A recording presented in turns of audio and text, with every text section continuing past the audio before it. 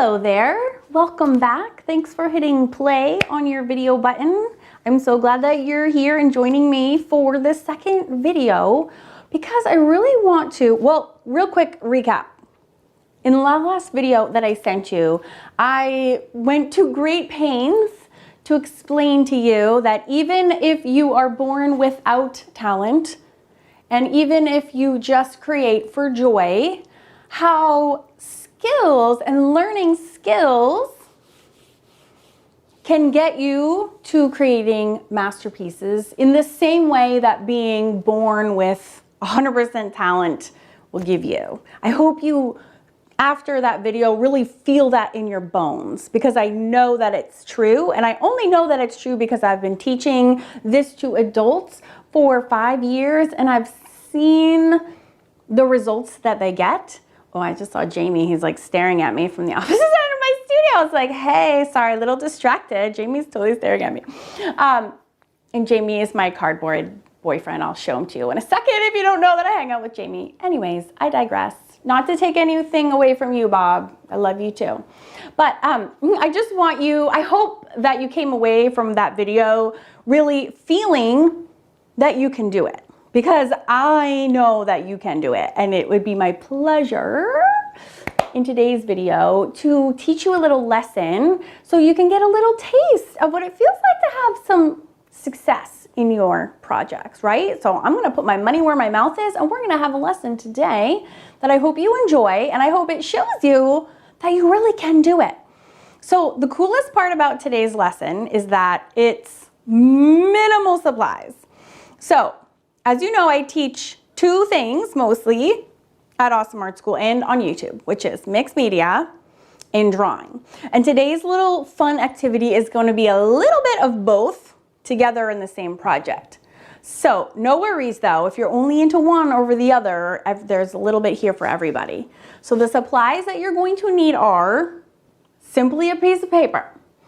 I'm going to be using this Ratty Tatty music sheet book. Now, if you have an old book that you would like to work in, if you're already into altering books, this I got for like 5 cents. It's pretty destroyed. It's very old, and I collect these music books because I like to draw in them and do fun little mixed media projects in today. So if you're not comfortable altering books, I know a lot of people are absolutely horrified by this thought, but this was gonna end up in the junk bin. The cover is like falling off.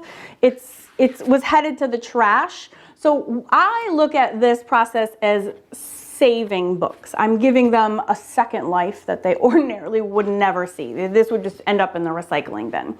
So I love rescuing books, as I like to call them, or altering them. It's a great way to get started in mixed media because your background is already half started for you. So if you're not sure where to start and like you're scared of the blank page, and there is nothing more intimidating than picking up a blank sheet of paper and being like, I have to start from scratch. So altering books and working in books with a background already half done is like, that's a gift. Like, oh, all right, there's already something there. Now, where can we go from there? So I'm going to show you how to do that. So I'm just going to use this. But again, if you don't have this, if you want to make a fun little background, you could actually just grab a piece of paper. And if you have any stamps and ink pads laying around, you could just simply stamp some designs in the back. That would be enough to get you started. And a little bit of gesso. So if you're into mixed media, you probably have some gesso around. It's like a pretty big normal staple to have in your stash. And I will show you how we can make a background with that.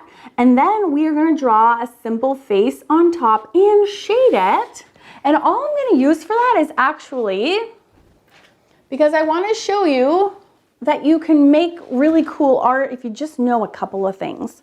So I'm going to actually use this big fat chubby kindergarten pencil. I love these Dixon Ticonderoga. It's literally called My First Dixon Ticonderoga. It's a HB2, so it is soft, so it's actually perfect for drawing. And then I just want to show you what you can do. All I'm going to use is some Q-tips, and then I brought a cotton ball, which I've never actually used before, but I think it's going to help with my blending.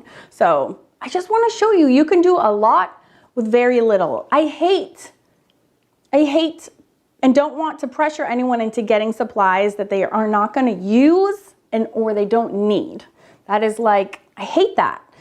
Okay, we all have a limited budget. So I'm not about that. I'm about like, let's get some skills and let's see what we can do with our limited supplies. All right, so I'm gonna switch gears. We're gonna go over to my art table and I'm gonna show you how to make this really simple project. And I hope that you draw with me. Come on, do it. All right, I'm so excited. I've been so busy that I haven't had a chance to actually make anything for fun in so long. I'm really excited to make this video today. Okay, so a couple of things.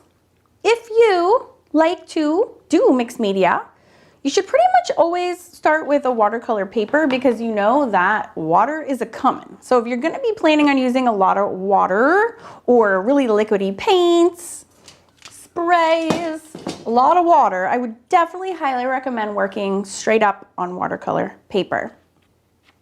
When it comes to altering books, however, part of the process is altering them in a way so that it can accept wet media. And that usually means using some sort of a surface prep material. And you choose your surface prep material based on the supplies that you want to be using in your project. And you pretty much have two choices. If you're using watercolors or water-soluble materials, so yeah, just straight up watercolors or any water-soluble marker, pen, and that could be anything from fine liners to Tombows. And here, there's this, the list of water-soluble options is mind-bending, honestly. But there's so many markers on the market. This is like an Ecoline, Winsor Newton, just a watercolor pencil, Neocolor 2. These are all, basically they become watercolors when you add water to them. Now, a lot of people don't realize this, but in order to maximize the effects of your water-soluble materials, meaning, again, things that quote-unquote activate. Oh, look, I already did this with my Stabilo All pencil. If you're adding anything that when you add water, this is so naughty. I don't actually have watercolor water, but I'm actually drinking water. But see, when I'm adding water, that's anything that's water-soluble will move around. When you add water, see how much more water-soluble the Stabilo All pencil is than the watercolor marker. So every instrument that you try will be different. So watercolor paper is super absorbent. That's what makes it so appropriate for these materials, which is why I would say just these are ready to go. If you're using a, however, regular piece of paper and you want to like transform it into watercolor paper, and this is where a lot of people go wrong, you actually use absorbent ground. Now, a lot of people use gesso for this step, but gesso is actually, don't mind my gesso, it's just very well loved and there's no cap anymore. Gesso is actually not made for watercolors or water-soluble materials because it's actually specifically made surface preparation for acrylics. Acrylics require a different surface to work their best on than water-soluble materials like watercolor and all of these other mediums on the market. So while it's totally true, there's no rules. You can actually gesso anything and then do whatever you want on top and use any of these. But if you actually want your water-soluble materials to behave the way they're supposed to, you actually use absorbent ground and it transfers your surface into like watercolor paper, which is like specifically formulated to accept water. Pretty cool, right? So if you're doing things with acrylic paints, then you use gesso, which is specifically formulated to transform your papers or your journals into a substrate that's appropriate for acrylic painting. But again, no, the absorbent ground police are not going to show up on your doorstep if you don't use it for the right mediums. And you can still use it. It's the only difference is that your mediums will behave differently. So sometimes it's good just to do a test, like do one page in absorbent ground and do the next page in gesso and then try them out. And you can actually learn and experience the differences for yourself. And I highly recommend that you try that someday. So, all right. If you don't have a music sheet journal, this is what I was saying just earlier, you can actually just take, this is a piece of, it's my favorite paper in the whole wide world. It's super cheap. It's actually like, it actually is exactly the same as Bristol, but you can buy a ream of it for under $20, which is 250 sheets. So it's like insanely cheap. And it's really, really thick, heavy, smooth cardstock. It's like cover stock. So if you don't have a music paper, you can actually take stamps and like make some beautiful paper this way. Oh, it's actually so beautiful. Jeez. I'm the worst. I always like, I don't know how these artists always have the most beautiful backgrounds ever on their table. And like, no matter what I do, I'm a hot mess. But I'm like, how do you keep it clean? You're an artist, for goodness sake. Like, it's gonna get trashed. Maybe I will do it on here. Oh gosh, see? So fun and easy. And I just collect, a lot of people ask me where I get my stamps. I literally just grab them for wherever. These are both by heroarts.com. I love these. I love a scripty font. And my handwriting blows, so I'm always using stamps to compensate for my lack of writing ability. So there you go. Here's a beautiful patterned surface already. So either one would be a great choice. This is actually so pretty. Now I want to do it in there. All right, I'm doing it. Changing plans midstream. Isn't that nice though? It's like so great. It's like art at its best. So I'm going to draw on here, but I want to like knock back the stamps that I just put on because it's like a little strong. So I am going to dollop a little gesso, because what it does is this paper is super smooth. And by the way, this is the exact process I was going to show you in here, because the papers are both, you know, just regular paper. So if you want to kind of knock back this, if this is like too much stamping or your text on your altered book is too great, you can just take a little gesso. And on this purpose, it's actually just for like, because gesso, this is white gesso, is actually semi-transparent. Whoops, see what I mean? How do you keep those surfaces so clean? I do not understand.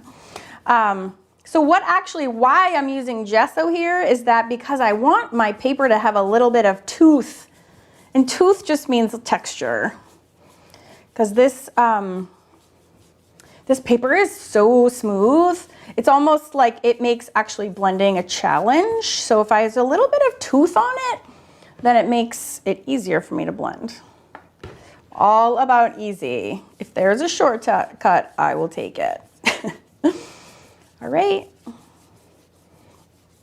And what's cool about this too is that now if I wanted to actually add paint, I could, because it has the gesso on it. So like a canvas that's white that you see from a store is just already coated with gesso on it. So they just, which is thank you. That's very nice that they would do that for you. And then that's a little bit more white in the center. So then I'm going to put my face right there. And I need to wash this off. All right, I just dried this with my hair dryer really quickly. You don't ever want to work on a wet surface with dry materials. It'll kill your dry material in a heartbeat, especially if it's a marker. But even that, it'll gook up your pencils. All right, I'm so excited. Okay, now, if you are into mixed media, this forms the basis, having like this gesso layer and a fun layer underneath. This is, I just want to introduce you to, if you're not familiar with my mixed media hamburger system, and it's just my very straightforward layering system, and it's how I do probably 90% of my mixed media projects, and I teach these as well. I have millions of projects, but I just wanted to show you, in case you're new, that layer one, you basically, what's missing is kind of the plate that you put the hamburger on, which is your substrate, which in this case is my paper or art journal or canvas or altered book. Okay, and then a lot of times it's great to have like a collage layer down. And in this case, my first layer really is the stamps. right? It's the stamps, and the collage is completely optional. So I didn't do collage this time, but I absolutely could have for sure. It makes a great first layer because it adds a lot of texture. So this, for example, like this is just a little bit of collage in the corners. You can find this project on YouTube, and it's just a little bit of collage first. So it's just like a nice option. In this case, this is actually decorative duct tape. So, and then this is scrapbook paper. So that's my first collage layer. But you can skip the collage layer altogether, but stamping would be the first layer 1. And then as you can see right away, you're ready to move on to layer 2, and that's my gesso. Okay, so gesso. And in my hamburger system, I pretty much just use acrylics, and I don't use watercolors because they move around so much and they interact too much with the sealants, and watercolors need to be babied a little bit. So while you can absolutely use watercolors in mixed media projects, 100%, I just don't use them in my hamburger system. So there's a lot of different ways to do mixed media. This is just one way, but it's a very effective way. So I just want to introduce it to you if you're not clear on what it is, or if you hadn't heard of it. I actually ended up publishing a book on this as well, which has all the supplies in it. Okay, so that was our gesso layer, check. And then layer 3 is literally what we're doing now, and I'm just going to use a pencil, but that's on my list. So this is where you could use any number of these supplies that I was talking about before. So water-soluble supplies, like water-soluble crayons, pencils, pens. That's literally like these tools that I was mentioning earlier, or graphite. So that's just what I'm choosing today. And that actually, I'm only building up to layer 3. I'm not gonna seal it. Graphite doesn't require sealing, and this I'm not going to get into, but I just want to show you that even though I'm not doing a full-fledged hamburger lesson, there always is, it's nice to know you can follow a recipe that will show you exactly how to do something and how to get started. All right, so I'm going to just actually draw a girl from my imagination. So I really, really hope that you're drawing along with me, even if it's just on a blank sheet of paper. And I'm just gonna do a forward-facing face. And I have no plans. Like, I don't know what this is gonna look like. I don't know. But I'm gonna just start by, just gonna draw an oval. And if you notice, I'm locking my wrist up tight. Now, normally when I sit down and I start, I do like 50 of these circles. I'll be like 1, 2, and I'll draw them all. I will draw every single one.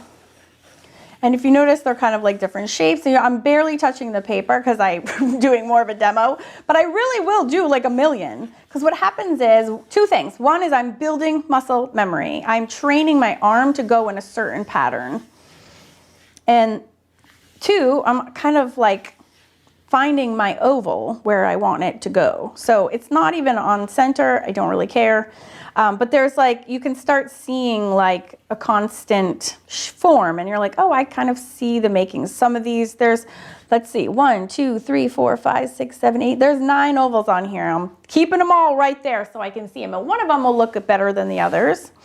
So as soon as I do see that, I'm gonna like, just push down a little bit harder. Now again, this is a school pencil. So anybody can do this with me. And I'm just gonna decide one of them is gonna be the one. And I'm just gonna do like half down. Now, we're gonna put our guidelines in right away because we need them. And even though I've done a million faces, published 14 books, have done so many things, I always use my guidelines, even to this day. By the way, at Awesome Art School, I have all of these in a library. I have a whole cheat sheet library that's available on my website. It's $5 a month because I add them all the time. I just added a 3/4 portrait guideline sheet. But if you join either the Fun Fab Drawing Club or the Mixed Media Society, you actually get that included with your membership. So you have the access to the whole library in that classroom at Awesome Art School, but then I also pop them in various places when we need to. So I'm gonna literally put these in right now. So we're gonna start with this one down the middle. Okay. And then this is the eye line, and that goes straight across the middle this way. So it's like one bam, right across there, right on my paper. Okay, now, and now this is all typed out for you. Nose line is halfway between the eyes and the chin. Alrighty, where's that? It's about here. And then what's next? And then it says right here, mouth is halfway between the nose and the chin. All right, I'm taking your word for it, paper. All right, and that's your guideline. All right, now I feel like she needs a neck, so I'm gonna pop the neck in. Now the neck, I like to do thin necks. Realistic necks, I hate, because they're literally like the same thickness as it would come from the nose line down. Like humans have very wide necks. And when I'm doing whimsical girls, or my fun fab girls, as I call them, based on my book series, I like to make them thin. So I would actually make a neck starting from the mouth line. And I also kind of like to make them curved a little bit. Like, so they're not just like dead on, even just like a little bit. Just like, oh, it just gives her a little like attitude. Just doing that little bit difference. Okay? Got this? You guys good? You better be drawing with me right now. I will be personally offended if you're not drawing with me. Okay. Then if we want to make her appear a little bit older, we're going to come in a little bit at the eye line. So I'm going to like pop in here. Just give it a little indentation. And that kind of produces like a high cheekbone on either side. Super optional, super fun. Okay, and then now I'm already gonna like kind of place the hair. Now you're gonna be like, whoa, Karen, not ready for hair. Trust me, you guys, it's not hard. We got this. The way you do hair is very simple. And as always, I will hold your hand and take it step by step. Step 1, pick a part on the oval. Now I have 8 lines, so I'm just gonna pick one. Boom, it can be any, you know what humans' hair like, right? Where's your part on your hair? It's probably somewhere between here and here. So just pick a point. I'm gonna pick it here. You just pick that point. Now what we're gonna do is we're gonna take this line. Now hair comes in, hair first of all has a ton of volume, way more volume than you would ever think possible. It has to penetrate inside the oval shape. And it also has to go over and above the head shape. That's like a fact. So just get over it, know it, do it. So we're going to, I just realized my mic is like curled up into my shirt. So we are going to pick a point. Okay, now again, what did I just say? It has to go inside. It's got to go inside the oval. So it has to go inside on both sides, by the way. It's not just one side, it's both sides. Now if you notice, I'm scooting it like I'm aiming for the eye line, because that's where the ears sit. They sit between the eyes and the nose. So we can just do them a little. Now I don't like obsess over ears. Sometimes I just do a basic like C shape like that. Or I don't even have the ears and I just have the hair covering the ears. It's a great cheat. Don't be afraid to use it. Okay, then what did I say? We have to go over, we got to go higher than the hairline as well. And when you're drawing hair, you just start with a basic shape. You don't need to get fancy. You just draw like the outlines of it. And as long as you have volume up and over and down in the face, then you know you're good actually. And let's do this side too. Again, up and over, and then we're going to go in this direction. Maybe it kind of flips out. I don't know what it's doing. I'm just making this up as I go. All right, that's all I'm gonna do for the hair right now. Now, if it's a little cray-cray up there, I might just chop it off a little bit just because it was like coming straight up.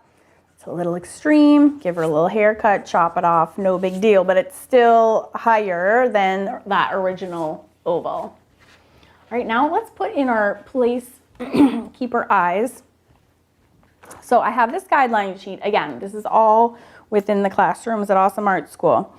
So we're gonna have a middle eye here in the middle. Amazing, I know. And the eyes should be the same size. And they're really squished ovals. You guys, I swear you better be drawing with me right now. I'll be so mad if you're not. So we have these 3 across. Now, like a realistic eye, you really would have 5 across to the ears, and that would be correct. But whimsical girls, I actually like them to be a little bit bigger because realistic human eyes are actually tiny. So feel free to have a little bit of wiggle room where the eyes are concerned. And then the nose, we're going to put a placeholder at the nose line as well. And remember, this is where the guideline is here for you. It tells you exactly where to go. So I'm just going to put this placeholder here. And I'm going to put a placeholder right here for the mouth as well. All right, so now we're kind of ready to like what I call like shore up these elements. We need to make them go from ovals to the actual facial features. All right, so how do we do that? Well, I like to build up my eyes like at like 1 step, 1 step, 2 step, 2 step, because that helps them be more symmetrical. So instead of doing 1 to completion, it's super hard. If you make like 1 eye perfect, then you're like, oh my God, wait, what did I do to this eye? What order did I do? I love this eye so much. And like this one will never match it. So a way to combat against that is to build them up at the same time. So I start with a diagonal and I aim for it to end about, make sure it doesn't go into the middle eye. So I should move that over a little bit. Okay, because that keeps the proper spacing. The biggest issue is people's eyes are too close together. So make sure there's a lot of room in there. A whole eye width's room should be in there. See how I did 1 diagonal here and then I immediately came over and I did 1 diagonal there. Okay, now I'm literally following the top of that oval. So there's not much thinking involved there. I'm just following the oval. I want to zoom in super far so you can see there's these little tear ducts now. That this is like a return. This little oonch here and a little oonch there. That's all I'm doing. Because if they're already not matching, you're not too far in. You can still pull out. And this is like, oh, that's actually higher than this one. So, all right, not a problem. Got a big honking eraser. Use it. My husband was so funny. I did a drink and draw on my drawing YouTube channel a few weeks ago. And he was like, what? Like, I was like, you can just draw the whole thing and then eraser lines later. And he was like, his mind was blown. He was like, what? You can do that? I'm like, yes, you can do whatever you want. But don't slow down. You can sit here all day futzing. So we're just doing it all on top and then just go back and pick and choose the lines to erase. So, all right, so we have these little returns here. And then I'm following the straight line at the bottom. It's like straight, right? And right now I'm like, ooh, my eyes are super not symmetrical. So you can like try to match them up here or remind yourself that like no humans actually have matching eyes. So it's fine. And do not beat yourself up. Remember, attitude. Attitude is super important, right? Attitude, repetition, technique. That is how I teach. So attitude, oh, my eyes screwed up, whatever. Like, so what? Human eyes are not symmetrical. So her eyes, it's okay if they are also not symmetrical. Like, you got to be nice to yourself. It's all good. All right, we're going to just match those up. Not even going to futz. Okay, so take a minute now and make adjustments, but don't make adjustments for 5 hours. Give yourself like 60 seconds, assess, make any scooching differences. And I have a hard time when I teach because I have to keep my head out of the camera. So I'm never like up over looking at this properly. So I can't tell you how many faces I've drawn when I'm teaching. I look and I'm like, holy cow, that is a wonk-tastic. So sometimes I need to take a break and be like, oh, okay, what are we doing? All right, good enough. All right, now, my favorite thing about eyes is making really dramatic eyelids. People underestimate the power of a good lid. So I like making these big, like you can make huge bulbous ones. And I don't know why people don't teach this, but it's my favorite part about eyes is making these giant, like sultry lids. And of course you could have everything in here would work too. You could have here, you could have here, you could have here, you could have no lid. So just so you know, oh, sorry, I was cut off. So you could go here. Any of these are options, like even no lid. But I like a big dramatic lid. It's so fun. And I'm literally drawing that semicircle right on top. Trying to find my little oval template. All right, now making the pupil. This is hard for people. So what I recommend is if you're new, just purchase a little Just a little circle like them. What is this, like $2? And if you don't have one, then just look to trace something. You could even take like a little marker cap. This would actually work perfectly. This is the perfect size. And just trace it. Now, what's key here is making sure, look at that. It's a little big, but who cares? See how I was like, who cares? Who cares? Literally, who cares? Nobody. What's super important about the eye that you have to know though, is that the pupil, which is the circle, and if you're being perfect about it, you would have this, right? This is the iris, I'm sorry, this is the colored part and the pupil is inside, right? This has to be cut off by the eye. So cutting off means the upper lid or the lower lid or both, okay? So this is hidden by our flesh. See, only this part is seen. So that is a huge cheat to make your eyes, oh my gosh, I'm doing it again. I'm zoomed in so far, I'm so sorry. Do you see how the circle is cut off by the eyelid? Okay, we only see this part and the rest is like, this is the under eye and that's our eyelid. You don't see all of that. So you just have these little portions peeking through and the rest is cut off. So that's really important to make it look really realistic. And now you can just eyeball the pupil inside. And I'm gonna make like a letter C shape. Now her pupils using that marker cap are like, I mean, her irises are a little large, but like whatever. So I'm just gonna do the letter C to get started. All right, noses. Noses are actually made up of pretty much shading. And what the heck was on here? I have like, I don't know what that is. Something red and smoochy. Great, now it's in the middle of her face. So eyes, I'm gonna keep them really, really simple. We're gonna do that same squished oval here. I'm gonna do 2 ovals on either side, and then I'm just gonna push down on my pencil for a second, which is like right here and right here, which is like the intersection of the 2 ovals on either side. And then I'm gonna put parentheses, like written parentheses on either side, like that. I'm gonna erase these. And then I'm gonna just put like a circle right here for the ball of the nose. And that's all we're doing for the nose. Super easy peasy. Then I'm gonna, from the nostrils, from the little V's that I put in here, I'm just gonna make 2 lines like this, splaying outward.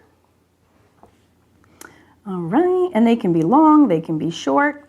And then I'm gonna start with a letter V on top. And then I'm going to come down on either side. Now this is a little higher than the placement, that's fine, it doesn't matter. Now there's so many ways to make lips, but sometimes it's fun. I have fun kind of like this is a V and then I do the same V under it. And then I join these lines together. And then the bottom lip it's kind of like the opposite of the eyelids where when the eyelids, you have like, you can go here or here or here or here. It's the same thing with the bottom lip. You can go like here or here or here, here, make it bigger, bigger, bigger. So you have choices. I'm gonna make her pretty full lip this time. Why not? Now she looks a little grumpy at this point. And if your girls are looking grumpy, it's super easy fix. You just turn the side of her lips up. And you can even put a little burr at the side. And I'll show you how to transform them. I can't think of what the word is that I'm trying to say. Just kind of making this a little thinner. But look at that, now she's not scowling. I'm not really loving this dip down in the middle, so I'm gonna kind of cut that off. She has very thick lips because this pencil is ginormous. All right, now I'm gonna zoom out. And I'm gonna just kind of like re-outline her a little bit. And I'm gonna push down a little bit harder on my pencil. So first I'm gonna retrace my steps and push down. So I'm gonna have this is at her temples coming in. Oh. And I'm just gonna push down a little bit harder.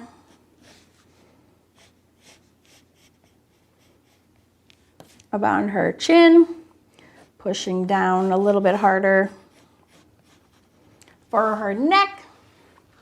It looks like I've already pushed down the other places, but I'm gonna just do it again.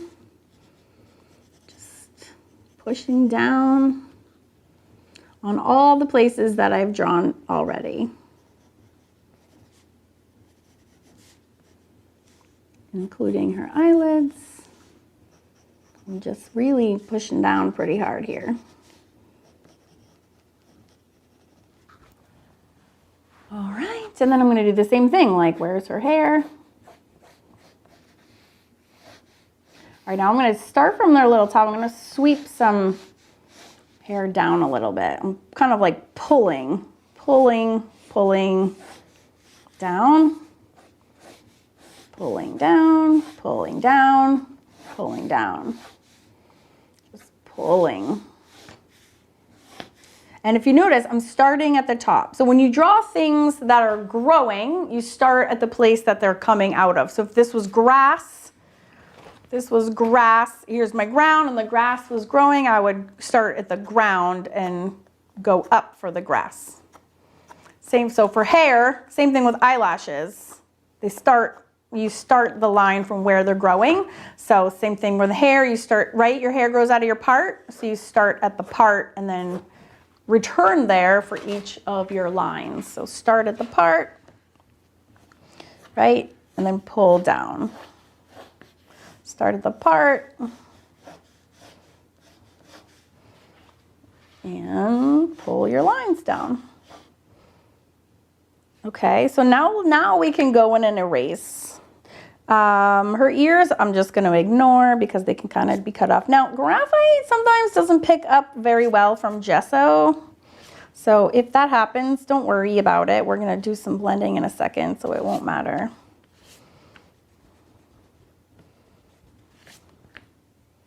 Oh, I wanted to keep her nose. So yeah, just get rid of your extraneous lines.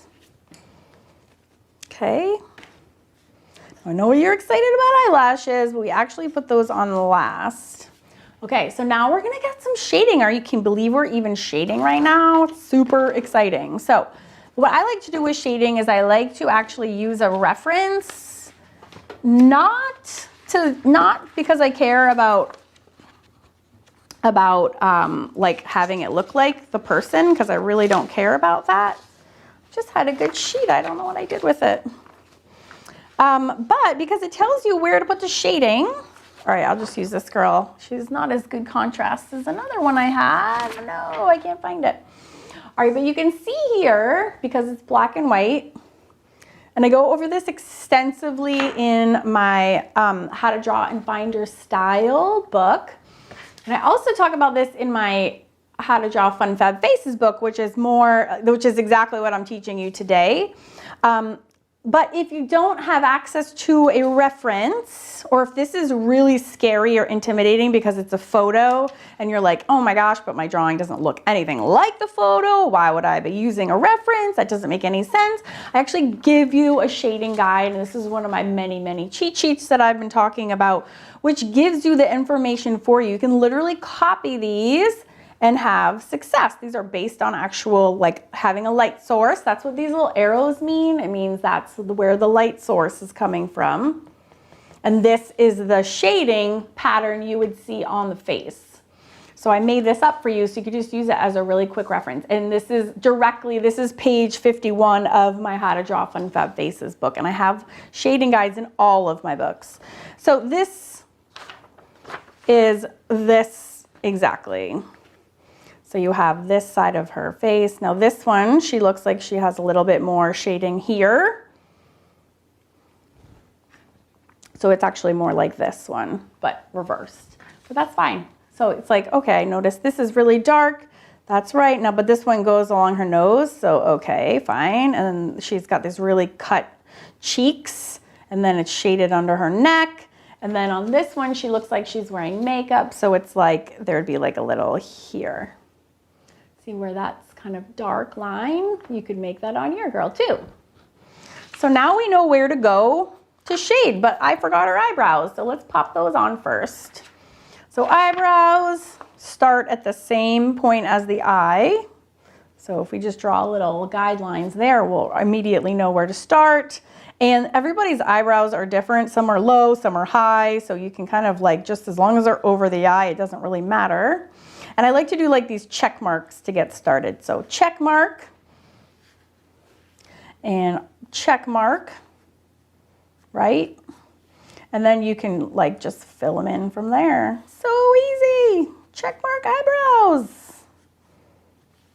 Okay, but it gives you a starting point. You can draw the individual hairs if you want to, or you can just fill them in. Either way, she's got attitude. You can have one go like flying up in the air, flying check mark. Okay, so you have lots of attitude just by messing around with her check marks. So, all right, for shading, I need to sharpen my big old kindergarten pencil. All right, and to blend, we need some graphite like down on our paper. So what I'm gonna do is I'm gonna actually just use the side of my pencil, and I'm going to, and by the way, I'm following my photograph and this girl from the shading guide. And we can, I'm just gonna scribble, scrabble some to get started. And it's hard because the gesso is there, but this paper is also really smooth. So there's like spots where there's no gesso. So it's like a little awkward, but I'm gonna do some light scribble scrabbling. I'm gonna lightly scribble scrabble on this corner and this corner and this corner and here. And I'm gonna light scribble scrabble here and here. Who's scared? Don't be scared. I got you. It's just pencil. You can erase it if you hate it. Okay, and then over here, remember, it's like we have this like cut cheek. Ooh, so sexy. Oh, sorry. Don't even get me started. I always talk to my girls as I make them, even though I sound like a creepy man when I say so sexy. So maybe I just need to draw more and keep my mouth shut. All right, let's do here, her neck. Do, do, do. Scribble, scrabble. All right, where else? Under the nose, scribble, scrabble. And under the mouth, scribble, scrabble. And I feel like her hair needs more. It's like her head is huge and her hair is kind of tiny. So I'm gonna actually I'm gonna accentuate the drama and I'm gonna add some more hair. I'm telling you, hair is crazy voluptuous. Remember, I'm starting at the root and then we're gonna pull down. Ooh, girlfriend, looking so good. Oh my God, I do that. And singing happens also. I just get really excited. My girls come to life, it's exciting. All right, oh yeah, okay. Now it's Q-tip time. So take your Q-tip. It's time to moosh the graphite. So you very, very straightforwardly begin the mooshing process. And the gesso makes it easier because it's textured. So I'm literally how I'm holding it because I want to move it. It's a serious business. We have a lot of mooshing to do. Ooh, and you're like freaking out right now, like, oh my God, it's so dark. Yes, it's okay. It's just shading. All right, so now I'm pushing down really hard here and it's super dark. So now I'm gonna ease up on the pressure and I'm gonna be super light. So to make the transition between this really dark spot and the white of the paper, I'm just gonna be really, really feather light, feather light. Right along this line of demarcation, because that blends it. Oh, that's better. We don't want those sharp lines. We want that line to disappear. So we're going and working along the line And I'm just mooshing it. So that line goes away and it's like a really soft transition. Whee, so soft. All right, now we can deal with this bridge. Well, let's do the corner of the eyelid. Now I'm noticing I'm keeping the middle of the eyelid white because having the dark corners and white in the middle makes it look super rounded and it gives it a really nice three-dimensional look. Now I'm going to, again, get our mooshing powers going. And I'm gonna moosh along this nose bridge. The nose is actually made up of shadows, not lines. So we're gonna just moosh our graphite along this line. So instead of drawing a line, we're just spreading the graphite in a line. And then it's shaded under here too. So under the nose we're mooshing. So much mooshing. But look how good she looks. And then you know what else we can moosh is the corner of her lips. Like where we had it upturned. We're gonna smoosh that right now. Then we're gonna moosh under her bottom lip. And sometimes if you wanna make it look like the chin is really coming forward, you can actually make like a circle of graphite. And that will like, poop, make her chin look like it's popping forward, right? So fun. Now so if you notice, I'm doing this whole side first. And then the under her neck is like really dark because the face is like the light source is coming from here and then this face is blocking all of this. So this is the darkest.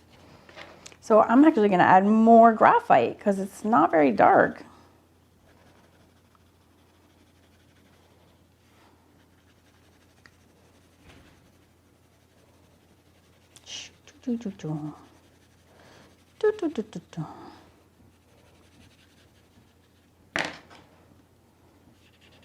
Mooshing. And all the mooshing does too is not only spreads your graphite around, but it also gets rid of your pencil marks. This is where I was going to see if my cotton ball would work. I haven't even tried that. Ooh. So fancy. Kind of does help kind of moosh it all together. I wonder what happens if I put that up in the hair. Oh yeah. Well, look at that. It totally works. I can't believe I've not tried this before. Sure, my.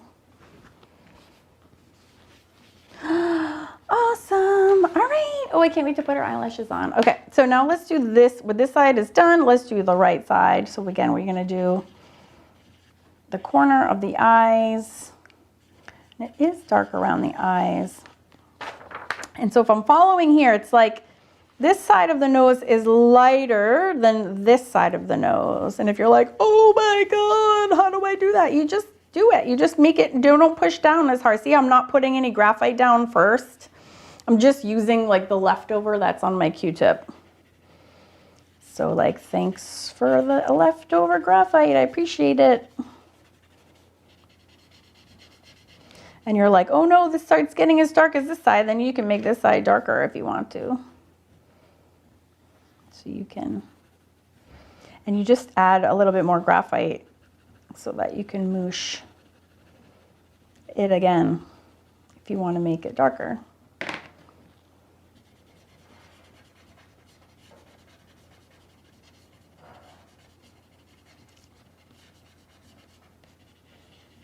And the same thing for the ball of the nose. You can kind of do the same thing we did for the ball of the chin. See how it just, boop, it looks like the little tip comes forward.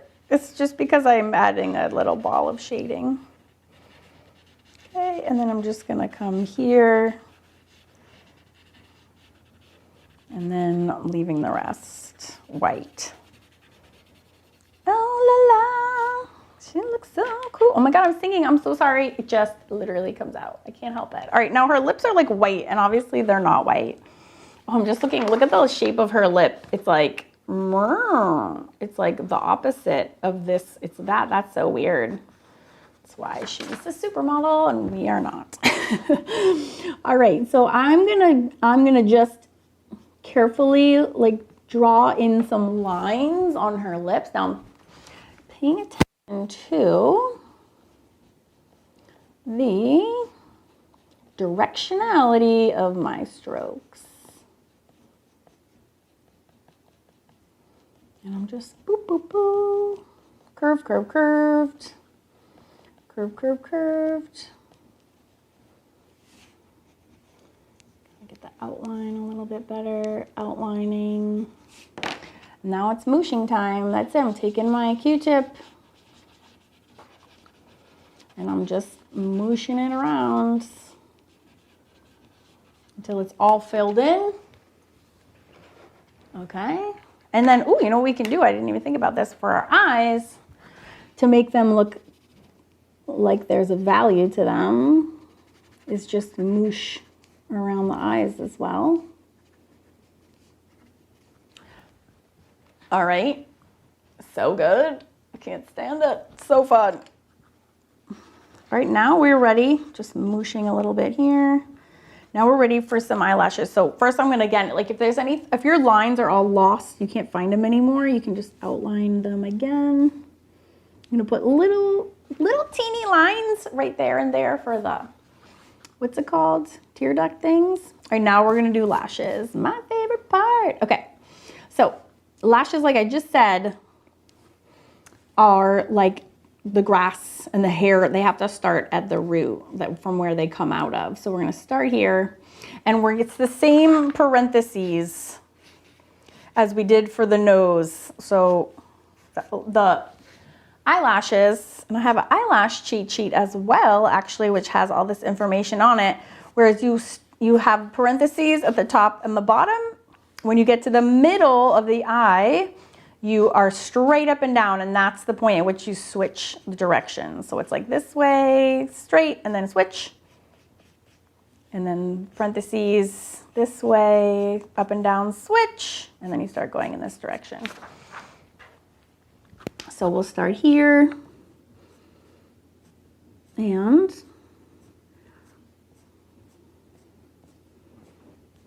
then in the middle, it's straight up. Oh, it's so beautiful. Oh God, I'm doing it again. So sorry. And then the bottom, switch, and they can go this way. And then the same thing on here, parentheses here and here. So then you just fill them in, switch, start at the root, flick up. This side she has like 80, 50 million, and this side she has like 4. So even that up a little bit. Boop, boop, boop.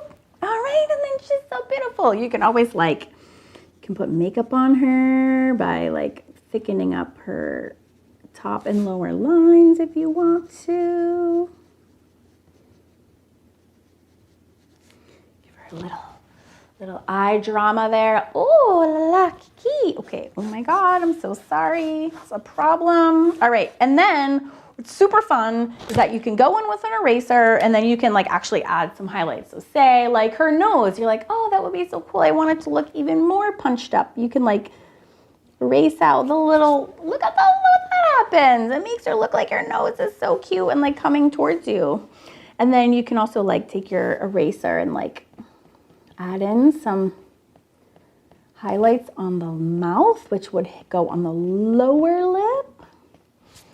So that makes it look, well, doesn't make it look that awesome. It's really hard because my eraser is so fat. So if it's too much, what do? You just add the graphite back in. That's cool. You can also, I would recommend using a regular size pencil. It would be way easier. Or you can buy specialized erasers, oh gosh, my mic is messed up the whole time. I hope you can hear me okay. This one is this is called a mono eraser, and it's tiny. But then you can even carve out, you can give little sparkle to her eyes, because you can get out a very specific chunk of graphite. Ooh, and then they look sparkly. And again, you can actually carve in some highlights of her lips this way and get really intentional about where your highlights are. You guys, are we not making amazing artwork today or what? So we have a really cool mixed media background. We made a really cool face on top. We practiced our mooshing and our shading. Oh, I love her. And then if you wanted more background, I mean, you could easily go in with more with the, I wonder if this would work. I'm going to put my cotton ball in my inks. Does that even work? Oh, it kind of does. I was going to say if I wanted to like maybe put some more just color on the corners. I'm obsessed with making like a little framed look. Look at this. I've never used a cotton ball in my ink stamp pad before. That's pretty cool. And I have like this sepia one too. That would look as neat as well. So yeah, try stuff. All right. Well, I hope you enjoyed this lesson and hope you had a little taste of success and you learned that it's super doable even if you don't have practically any supplies. In the next email I'm going to send you, I have another video for you, and I'm going to talk about what is in the clubs that I offer at Awesome Art School, and also what are other students doing there, and how the clubs can work for you to help you become a better at drawing and better at mixed media. So if you're up for learning about the difference between the Fun Fab Drawing Club and the Mixed Media Society, and hear from students who are in both of them or one of them or the other and what their thoughts are, I have additional videos for you from my students as well. But the next video, that's more importantly, just talks about the differences between the two, and kind of also like how they came about, because basically, I founded them because I wanted art to become really accessible and affordable. And I have so much to give and to offer, and the clubs at Awesome Art School are a way for me to give everything in return for very, very little contribution on your part. So I hope you're up for hearing more. If you want to learn more, then definitely make sure you keep opening your emails for me. I have some very interesting educational videos coming up your way. And I hope you had fun in today's lesson. And if you want to post them in the Facebook group, I would absolutely love to see them. So I will talk to you soon. See you there.